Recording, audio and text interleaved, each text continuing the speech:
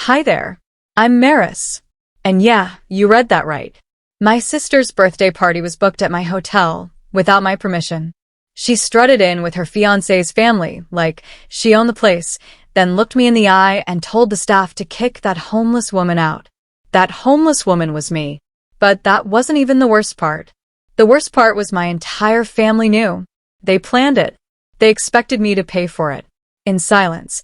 The second I stepped onto the porch of my parents' house in New Orleans, that familiar ache pressed down on my chest, like my lungs knew to brace before my heart caught up. It was early June, humid, with the smell of jasmine and crawfish hanging in the air. I hadn't been home in nearly 5 months, not because I was too busy, but because I knew exactly how this would go. My mother greeted me with that smile, the one that didn't quite reach her eyes. "Maris, honey, look at you. Still wearing black," Hushy chirped, kissing the air near my cheek. "You know, a little color wouldn't kill you." I forced a laugh. "Hi, Mom." Dad was already at the dinner table, half done with his lasagna, eyes glued to his plate like it might solve world hunger if he stared long enough. And then there was Siren. She was lounging on the love seat like she was posing for a photo shoot, draped in a designer dress I'm sure she didn't pay for. Her lips curled into that smug half-smile I'd grown up hating. "Well, well," she said, standing. "New Orleans' favorite mystery woman returns. Did you finally finish alphabetizing your spreadsheets?" I didn't bite. I just nodded and took a seat across from her. The table was set with our mother's best china, which only came out for holidays, interventions, or announcements. That should have been my first clue. Dinner started stiff. Mom complimented the weather. Dad mentioned traffic, and Siren posted a selfie mid-meal, her phone angled to avoid capturing my face. I should have walked out right then. Instead, I took a bite of bread and tried to convince myself this was just dinner. Then Siren stood up. "I have something exciting to share," she beamed, lifting her glass. "My 33rd is around the corner, and it's going to be iconic, like Kardashian-level iconic." I kept chewing. "I found the perfect rooftop in the warehouse district. There's a champagne wall, live music, drone footage, a horse-drawn carriage. Think Paris, but with better lighting." She paused for dramatic effect. "Total cost just under $150,000. I nearly choked. I set down my glass. She didn't flinch. "And you," she said, pointing directly at me. "Get to make it happen.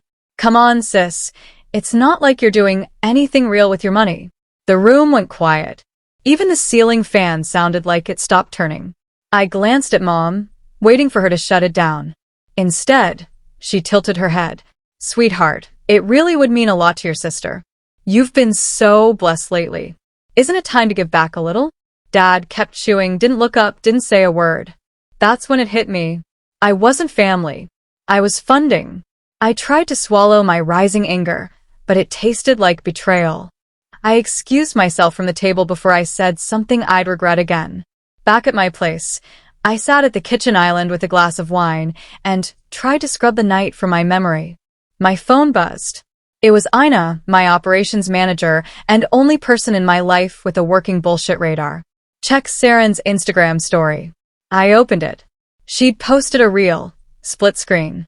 On one side, her sipping champagne with her event planner. On the other, a video of my car pulling into my driveway, windows down, paint a little faded. The caption? "When your rich sister lives like she's in witness protection." The comments were already piling up. "At least she's not pretending to be someone she's not." "That house screams anxiety." "LMF, oh, she drives that?" I stared at the screen. My jaw clenched so tight, I thought my molars would crack. I wanted to scream. I wanted to tell every single commenter exactly what I'd built, what I owned, how I paid for it all with my own 2 hands. But I didn't. I just stared. She thinks this is over a birthday party. She has no idea what she just started. 2 days passed. I didn't return a single call, didn't answer any texts from my family. Ina offered to take my phone and throw it in the Mississippi, and honestly, I was tempted. Instead, I turned off notifications and drowned myself in zoning permits and spreadsheets. My hands worked, but my chest was tight the whole time. The video was still up, still getting likes, still being reshared by people who didn't even know me, People who found it hilarious that I drove a 10-year-old car and didn't flaunt my money like I stole it. She's not going to stop, Ina said, tapping her fingers on the conference table. I know, I said, but she's not the one I'm worried about. She raised an eyebrow, but I didn't explain. I'd seen this coming in pieces, like slow leaks under drywall, but now the wall had cracked, and behind it, the rot was spreading. That afternoon, I was reviewing contracts when I saw a familiar figure through the frosted glass of my office door. My stomach dropped. My mother didn't make appointments. She breezed in like she owned the place, arms full. I thought I'd stop by, she said, placing a Tupperware of banana bread on my desk. Still no receptionist? You really ought to make this space more welcoming. I forced a smile. Hey, Mom. She sat down like she'd been invited. You're working too hard. You always do, just like your father, though he was never great with money. You get that from me. I stayed silent. I could feel Ina's eyes on me through the glass, but I didn't call her in. Then Celeste reached into her handbag and pulled out a cream-colored envelope. I brought something for you to look at, she said lightly, like it was a recipe or a Christmas card. I opened it slowly, expecting nothing. Maybe a thank you note for showing up to dinner. Instead, it was a printout, a budget breakdown. At the top, Saran's 33rd dream event. Halfway down, underlined in pink highlighter. Venue contribution. Maris Calder, $150,000. Confirmed. My throat went dry. Confirmed, I said, my voice sharp before I could stop it. Who confirmed this? Celeste's smile didn't budge. Sweetheart, let's not make this harder than it needs to be. You know Saran doesn't have the kind of money this takes. And your father and I, well, we're on a fixed income now. She's your sister. I set the envelope down like it was laced with something toxic. She humiliated me online. She was being playful. She mocked my life. She's going through a phase. I stared at her. You're really asking me to foot the bill for the person who just used me as punchline fodder for her followers. I'm not asking, she said calmly. I'm showing you the plan. You've always been the responsible one. This is just what's expected. There it was again. That word. Expected, not requested, not discussed, just decided. I picked up the Tupperware, handed it back. Thanks for the bread, I said flatly. She looked wounded, like I'd slapped her. Don't be like this, Maris. You're making it so dramatic. I think you've confused the definition of that word, I said. She stood up, smoothing her blouse like she'd just closed a deal. Let me know if you want me to send over the planner's info. You're going to love her. Very boutique. Then she walked out, leaving the scent of her perfume and that damn envelope behind. I didn't tear it up. I didn't scream. I walked to the window, stared at the street below, and let my jaw lock itself into place. They didn't even ask. They just assumed I'd pay for silence. I stood there longer than I realized, frozen in front of the window, watching nothing. The sun was setting, but I didn't notice until the light was gone. Eventually, I turned off the lights, walked through the quiet house, and landed in the kitchen. The banana bread was still on the counter, wrapped in cellophane like it was some kind of peace offering. I stared at it like it might move or speak. My mother baked that same recipe when I got sick as a child. I used to think it meant love. Now it felt like a warning label wrapped in sugar. I poured a glass of wine, opened my laptop, and tried to focus on something that wasn't them. Lease renewals, property maintenance notes, payroll, anything. But my hands didn't move. My eyes just stared at the glowing screen until the letters blurred. That's when the memory hit. I was 10, hospital bed, white sheets, too thin, machines blinking softly beside me. The beeping was constant. I'd caught some virus that kept me there for over a week, and Mom didn't leave my side. She stayed curled up in that stiff recliner, wrapped in her coat, breathing shallow. You're the reason I'm strong, she whispered one night, stroking my hair. You saved me from myself, Maris. I remember blinking at her, scared and small. The next night, I overheard her on the phone with Dad, furious that he hadn't brought the right insurance forms. We gave up everything for her, she snapped. I quit my job, Martin. You're working night shifts like a damn mule. I don't care what it takes. We're not leaving her in some god-awful facility. And then, after she hung up, She looked at me and smiled again, like none of it happened. We gave up so much for you, sweetheart. Just promise you'll never forget that, okay? I was 10 and I nodded. Back then, I thought it was love, devotion. I had no idea it was a trade agreement. My chest ached as I sat back in the present, my adult self, alone in a quiet kitchen with a freezer full of frozen dinners. And no one asking how I felt, just what I could give. They never ask, they expect. And if you say no, they remind you what they've done for you. Guilt was always the invoice they sent when I didn't comply. I started remembering all the other times, college tuition meetings where I was expected to understand that Siren's creative path meant she'd bounce between majors while I worked nights, holidays where my gifts were met with. Wow, not bad for someone with no husband. Every sacrifice was supposed to come with a thank you note. Except mine. I opened a draft email I'd started to my mother earlier. Something soft, something diplomatic. I appreciate you coming by. I just wish things were handled more openly. I deleted the whole thing in one stroke. Then I walked to the freezer, opened it, and slid the banana bread inside. Right between the frozen peas and an old bottle of vodka, I closed the door without blinking. I'm not your debt to collect, I whispered. I'm not your redemption story. I didn't cry. I didn't smile either. But for the first time in a long time, I felt something solid under my feet. I used to think being needed meant being loved. Now I'm not so sure. The next morning, I was back at my desk downtown. Early as usual, before the coffee shop across the street even turned on its lights. I hadn't slept much, but I didn't feel tired. I felt sharp, like my body had decided it was done wasting energy on emotions and was ready to move in straight lines only. My inbox was full of the usual client inquiries, floral vendor confirmations, inquiries for fall weddings, but none of it really held my attention. Then Ina walked in, holding a manila envelope like it might explode. Courier dropped this off 10 minutes ago, she said, her tone flat from Saran's fiancé's assistant, labeled urgent. But guess whose name it's addressed to? She dropped it on my desk.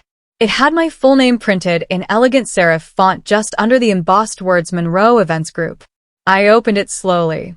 Inside was a thick, glossy contract packet, heavy paper, gold-trimmed tabs. Very serene.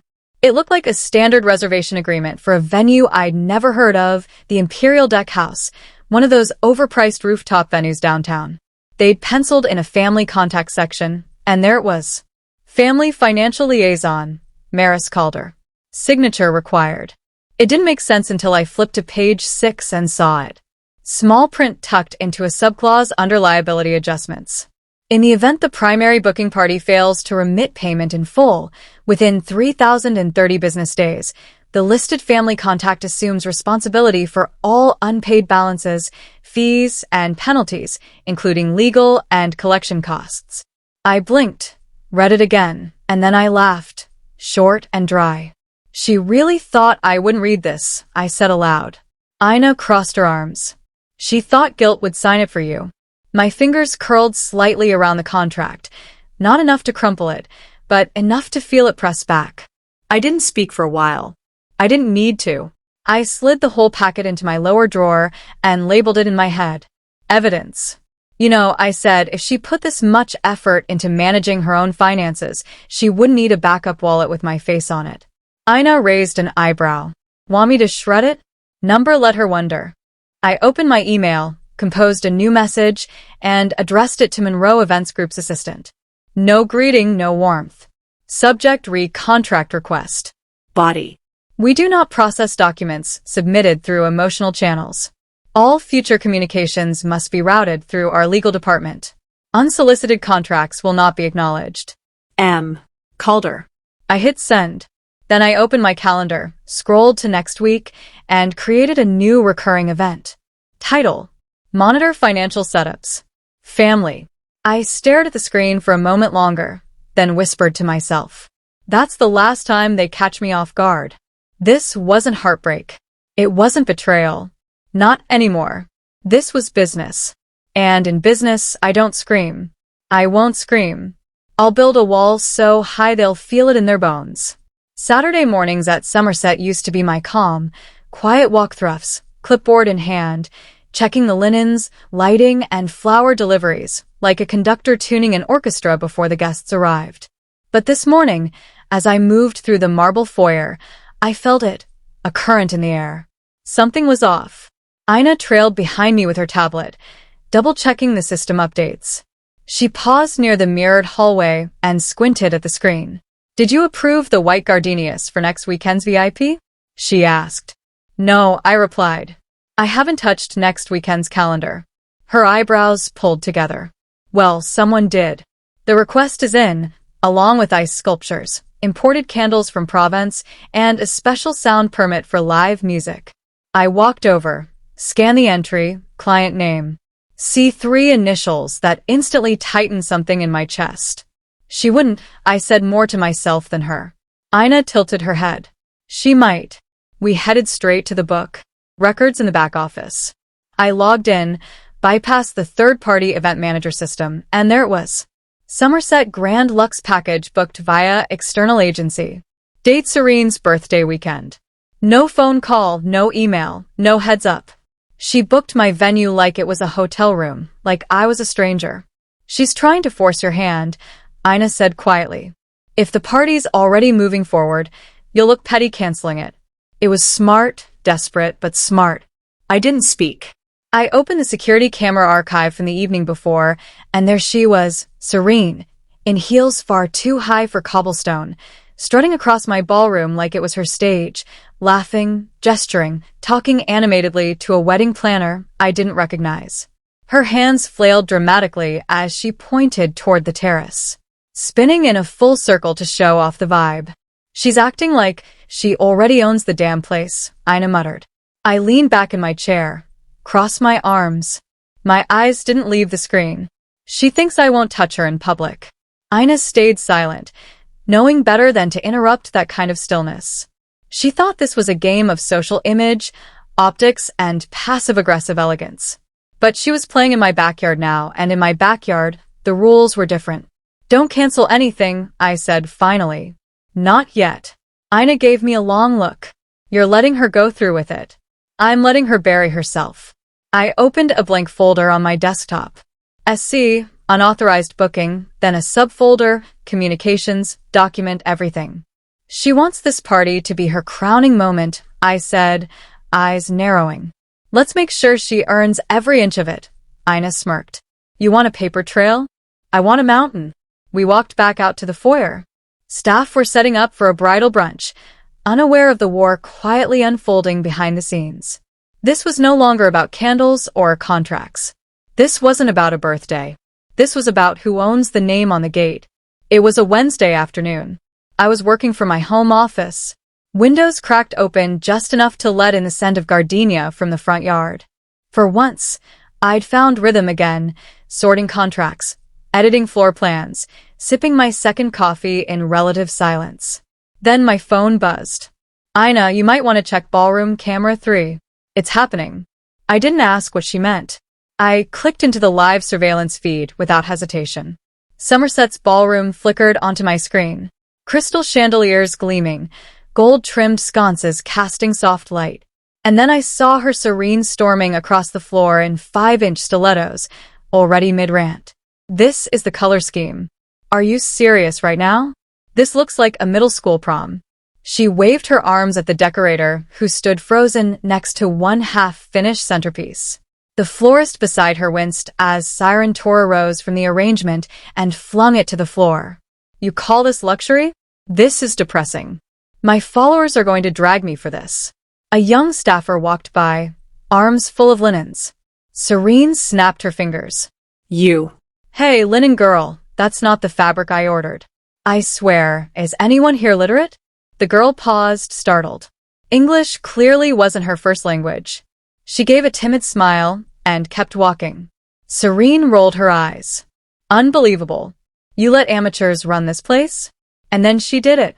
She grabbed a clipboard from the table, scanned it, and slammed it down hard enough that it flew off and clattered onto the marble floor. I didn't flinch. I didn't even blink. I just watched.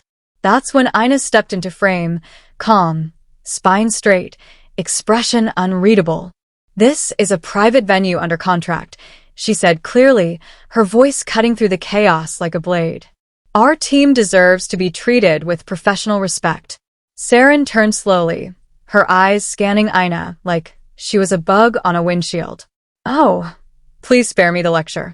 Do you even know who I am? Ina didn't hesitate. Do you? For a beat, the room went still. Saren scoffed and turned away, muttering something about ungrateful staff and having my lawyer on speed dial. But I wasn't listening to her anymore. I'd heard all I needed. I leaned back in my chair, watching the final seconds of the footage as Siren stormed out of frame. I clicked rewind and played it again. Then again, her voice, her face, her entitlement, all recorded. I minimized the video and opened a folder already waiting on my desktop. Incident response. Inside it was one file, Client Policy Section 3.2, Grounds for Termination and Ban. It was clear as day: hostile behavior toward staff, defamation of venue, willful property disruption, all of it, every checkbox. I clicked and dragged the video into the folder. She thought she was playing a private game of pretend, but she gave me everything I needed, without even realizing it. She gave me everything I needed, without even realizing it. 2 days later, the Somerset ballroom looked like a magazine spread. Fresh orchids lined the marble banisters. Golden chairs flanked ivory linens. The chandeliers sparkled like they knew what was coming. Serene waltzed through the arched entryway like a movie star on set, all hip sway and breathy laughter. Beckham trailed behind her, quietly attentive but distant. His parents, Elowyn and Winston Monroe, walked with slow, deliberate steps. You could tell they were the kind of people who measured rooms by how the air moved in them. Siren pointed at the grand staircase. Isn't this perfect? It screams legacy. From my office upstairs, I watched everything through the security feed. Ina stood near the entrance, greeting them with flawless professionalism. She looked up briefly toward the camera and gave the slightest nod. Time. I adjusted the cuffs of my navy blazer, straightened my spine, and waited. Down below, Siren launched into one of her monologues. The chandeliers imported from Austria, custom designed. The owner works with high-end clients. Very exclusive. Elowyn tilted her head. And who's the owner? Saran smiled too wide. We have connections. Winston folded his hands. So you don't know. Before she could fumble out another dodge, Ina stepped forward and pressed a button on her tablet. The ambient music cut. Silence blanketed the room. And I began to descend. My heels clicked against the marble steps, steady and sharp. Every I turned, I paused at the halfway point, met Serene's gaze, and offered the faintest smile. Then I continued down.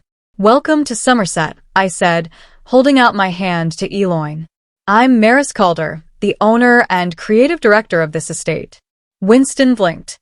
Ellen raised a brow, but her eyes flickered with interest, not offense. Serene. She looked like someone had pulled the floor out from under her. You own this place? She croaked. But you live in that tiny house. I turned to her, calm and clear. A smart businesswoman doesn't wear her assets on her sleeve. She builds them brick by brick and lets them speak for themselves. Ellen smiled slowly. How refreshing. I was beginning to think nobody under 60 believed in discretion anymore. Winston nodded. Impressive, MS. Calder. Very impressive. Beckham looked at me with a different kind of expression now. Not pity, not confusion, recognition. Serene stood frozen, her mouth slightly open, trying to summon something to say. Nothing came. I didn't gloat. I didn't lean in. I simply turned to Ina. Please escort the Monroes to the East Terrace, I said. I'll join them shortly. Ina nodded and gestured gracefully toward the corridor. As they moved, Saren lingered behind, her breath shallow, fists clenched. I didn't even look at her when I passed. For the first time in my life, I didn't need them to clap. I had the floor. We moved through the terrace slowly, deliberate and unbothered. The Monroe family admired the grounds with a kind of practiced elegance, nodding thoughtfully, speaking sparingly. Elowyn pulled me aside near the fountain as Siren tried and failed to reinsert herself into the conversation. You built all of this? Elowyn asked. From the ground up, I said. She took a breath and gave me a look only women with experience know how to give, an assessment and an affirmation all at once. You're exactly the kind of woman our family respects. Quiet strength. Real results. Saran's voice rang out from behind us. Wait, Eloan, can we talk? She sounded small. For the first time since childhood, she sounded like the younger sister she actually was. But Eloan didn't turn around. Winston approached a moment later, placing a firm hand on Beckham's shoulder. You may want to reconsider your priorities, he said to him plainly. Beckham looked at Siren, then at me. He didn't speak, but his silence said everything. It was a silence that didn't protect her. It exposed her. Siren broke down in the hallway as they walked away. She pressed her back against the mirrored wall and slid to the floor, her makeup smudging, her voice cracking in a half-sob. I didn't stop. I didn't gloat. I walked right past her, head high, heels steady, pulse unreadable. That night I returned to my home and turned every light off except the kitchen. The silence was different now. It wasn't empty, it was earned. I was sipping tea when my phone buzzed. A single text from my father. Can we talk? I hesitated, then hit call. He answered immediately. Hi, princess. I didn't reply. I just think maybe don't push things further, okay? It's still her birthday week. That was it. That was the thing he needed to say. Not. I'm proud of you. Not. You handled that with grace. Just don't make waves. It's her week. I laughed quietly into the phone. I stood there, I said. I stood right in front of you all, and you still didn't see me. He sighed. It's not like that. It is exactly like that, I said. It always has been. Look, we just want the family to stay intact. I cut in. It's never been intact. It's been built around Siren, like a house of cards. He didn't deny it. I'm not mad, I said, suddenly calm. I'm just done. He paused. You don't mean that. I do. I hung up. Then I slid the phone into the drawer beside my sink and closed it gently. Outside, the lights of New Orleans blinked against the darkness. Distant music floated in from a jazz bar a few streets away. The kind of song that makes you ache and breathe at the same time. I watched it all, not waiting for someone to show up, not hoping someone would call back, just breathing. I didn't lose my family, I just stopped asking them to show up. 2 weeks passed. No headlines, no apology to her. Just quiet. The kind of quiet that didn't echo. It settled. I was sitting at my kitchen table, sorting contracts and sipping lukewarm coffee when I noticed the email. Subject line. I'm sorry from Martin Calder. I clicked it before I could talk myself out of it. You were right. I should have stood up. I'm sorry, Dad. That was it. No buts. No passive-aggressive deflection. No, but you know how your sister is. Just a single sentence. Late but clean. I read it 5 times. Then I deleted it. But I smiled when I did. Somerset hadn't slowed down. If anything, it was surging.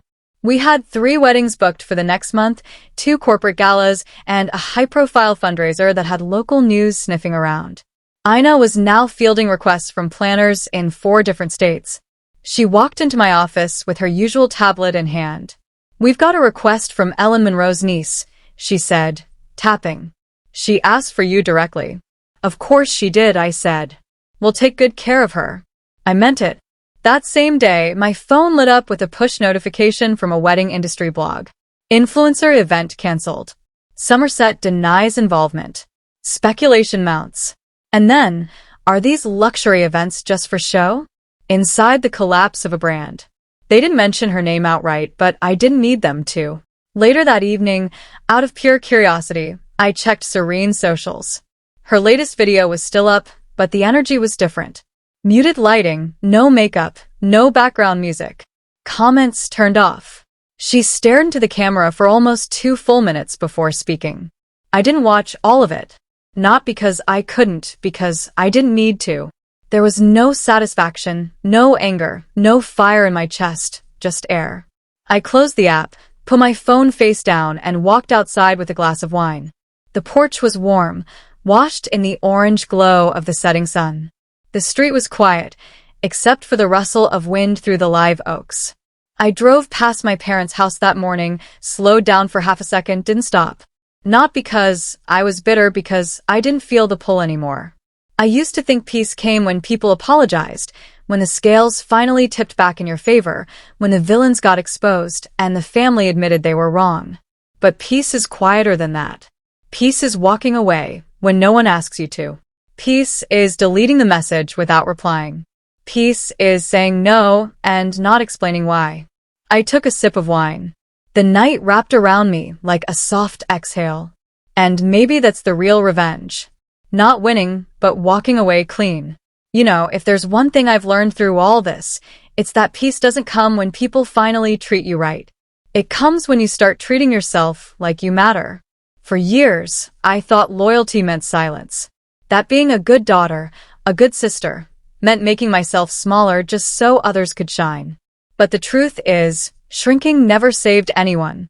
You can love your family and still draw a line. You can walk away without hating them, and you can stop chasing validation from people who never bothered to look at you clearly. I didn't win by being louder. I won by finally listening to myself. So, let me ask you something. Have you ever felt invisible in your own story? Have you ever carried guilt that was never yours to begin with? Tell me in the comments. I want to hear your truth. And hey, if this story hit home for you, type 1 or let me know where you're watching from. If you didn't connect with it, that's okay too. Drop a comment and tell me why. Was it the message, the pace, the ending? This channel is all about real stories for real people, so if you want more honest, emotional storytelling like this, don't forget to subscribe. You never know. The next story might be the one that finally puts your feelings into words. Thanks for spending your time here. See you in the next one.